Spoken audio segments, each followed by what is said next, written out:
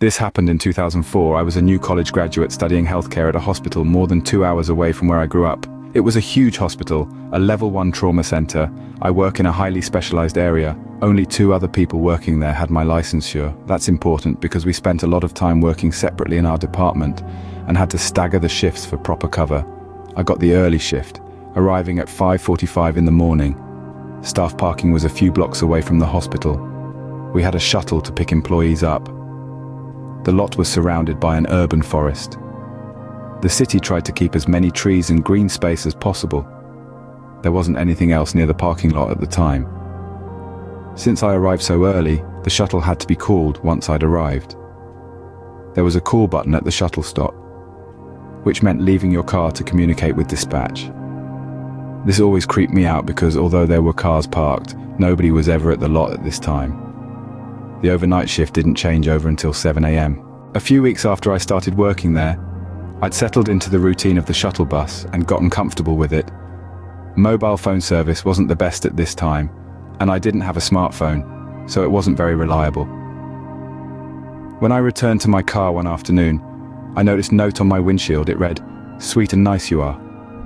I looked around but didn't see anyone. I was perplexed but not scared. A week passed and I forgot about that note. Until another afternoon I arrived at my car to find a flower on the windshield wiper with another note. This one said, "I love your dimples, I can make you smile." What on earth? I'd just moved here. The only friends I had were the 2 people I worked with. I didn't know anyone else. Now I felt creeped out, as though I was being watched. Early mornings I'd park as close to the shuttle stop as possible, buzz them and stay in my car till it arrived. I thought I could hear shoes shuffling and walking through the gravel. I couldn't see the dark corners in the lot. Returning to my car one afternoons, I carried pepper spray. I told my friends about the notes. They said to report them to security. Feeling silly, I made the report. They said they'd keep an eye out. I stopped parking there and parked in streets instead, closer to hospital where people were. For the next few weeks, things were okay. Until one day, I found another note. It was on my car, right outside my flat.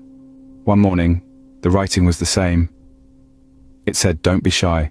Now I'm confused. What do they want? They knew where I live, so they've clearly been following me and know I live by myself. I rang the police. They couldn't do much but gave me some safety tips and they'd drive around here more. I took a class for self-defense and was aware of everything around me. Not knowing who it was made it worse. A few weeks later, a woman was murdered behind the parking lot. She'd been assaulted. They caught him 2 days later. Chills ran through me. I recognized him. He was a painter. He'd been working in our department as it was due a remodel. He would come in around 6:30 a.m. I'd make a coffee. He'd come get a cup. We had brief conversations sometimes, but nothing seemed wrong. Then it hit me. He'd call me Dimples. I shivered. Morning, Dimples.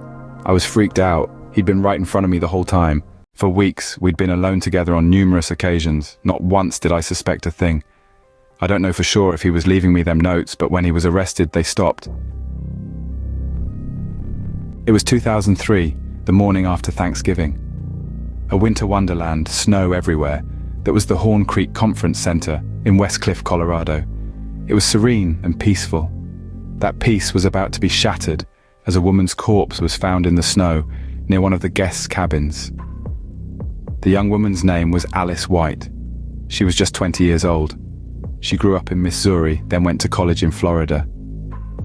In the summer of 2003, Alice had taken a job at the Horn Creek Conference Center during a Christian event which was being held there. Here, she met her boyfriend, who had a full-time job there. During the Thanksgiving break that year, she decided to go back to Colorado to visit him. They stayed in separate cabins their entire trip. They spent Thanksgiving together, taking nice, romantic walks through the snowy grounds, holding hands. After, Alice's boyfriend dropped her back to her cabin just after midnight Friday, November 28th, so she could have a rest. He came back the next morning to the exact same cabin and check on her. She wasn't there. He looked about for her. He saw footprints in the snow leading away from the cabin. They obviously had bare feet, given the shape. This made him panic. Why would she go out with no shoes on? She ran into the freezing night with no shoes. He followed the tracks to a wooded area about 200 yards from the conference center. He then saw her body in the snow at around 8:50 that morning. She wasn't just barefooted, she had nothing on at all, her legs and arms bruised and scratched. Rigor mortis had already set in when he'd found her. She was stiff. It must have been traumatizing for him to see the love of his life like that. Pastor County Sheriff Dave Jett said there was only one set off footprints leading to Alice's body, meaning nobody had followed her moments before her death. He also mentioned how erratic the footprints were. She'd been wandering in a daze and passed out. It was also judged by the state of her rigor mortis that she died not long after being dropped back to the cabin, maybe as little as 20 minutes after he'd gone. They performed an autopsy on November 30th. The conclusion was that Alice had been in perfect health before she died. The fact there were pine needles in her hair, dirt, bruises and cuts on her face and shoulder, along with the chaotic pattern of footprints, it looked like Alice had ran into one or more trees as she'd ran. Evidence included linear scratch to her forehead, cheeks, neck, chest, abdomen and her legs. Small contusions just below the trachea and on her right cheek and to the right side of her chin, along with purple contusions on her forearm, wrist and hand. Other than evidence of injuries, which the coroner believed to be consistent with running through trees and brush, she had no visible external injuries. It's also interesting they found no internal injuries to her brain, ruling out tumors and hemorrhage to blame for her weird behavior. Whilst the autopsy wasn't able to confirm the cause of death, Sheriff Jett said they've ruled out suspicious activity. We are still hoping for something more conclusive.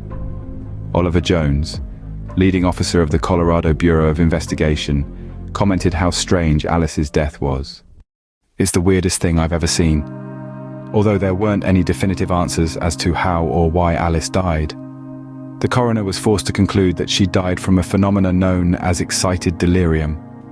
There were no traces of alcohol or narcotics in her system when she died, despite not being able to give a concrete conclusion that she died of excited delirium. Listed 6 main factors that had caused him to reach such a decision.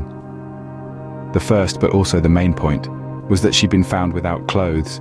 She'd not been pursued by anyone. There were no internal injuries, so no way to tell how she died. The fact she had absolutely no narcotics in her system, so drugs couldn't be blamed for the state she was in. There was a possibility that because she'd recently arrived at a high altitude from Florida, which was sea level, that it could have been lack of oxygen to the brain to blame. On top of this, there was a high amount of glucose in her urine. As previously stated, there could be no concrete conclusions as to how Alice had died, but there was a lot of speculation and rumors in the following days. A lot of attention was put on the boyfriend. He was a natural suspect, as he was the last one to see Alice alive, as well as the person who found her body first. Yet Alice's family did not, and still do not believe he had anything to do with her demise. There was a lot of talk of an eating disorder that Alice had been dealing with, that she died of malnutrition. Given all the rumors, talks, and possible reasons for Alice's death, it's impossible to know why or how she died. She'd had no history of mental illness or drug use, and was in perfect health until that night. Yet she appears to have had a psychotic break. One minute her boyfriend was dropping her off and she was absolutely fine. The next minute, she was running through the snowy, covered woods with no clothes in the dark. So fast she'd ran into tree trunks, ending with her dropping dead just a few hundred yards away from the cabin. It's truly scary and strange, with the information raising more questions than answers. The conclusion of excited delirium proved to be a controversial diagnosis, as it's not recognized by the World Health Organization, the American Psychiatric Association, or the American Medical Association. Therefore, it's not listed as a medical condition in the Diagnostic and Statistic Manual of Mental Disorders. The UK Independent Advisor on Deaths in Custody suggested it should be called Sudden Death and Restraint Syndrome to enhance clarity. Examples of this death are found to be due to restraint or attempted restraint situations, while medical symptoms and conditions attributed to this syndrome are far more varied. In which case, do we even place any confidence in such an explanation? If we dismiss it, we are left with a hole in Alice's story as to how she died. Still, is it possible Alice encountered someone or something around or in that cabin that scared her that much that she was in a highly panicked state that could have been confused with excited delirium? If so, what was it that she'd encountered? It's unclear what caused such fear that night, but one thing is clear. We'll never know exactly what happened to Alice. We're now here knowing at any moment we could just die in mysterious circumstances that leaves our loved ones heartbroken and confused.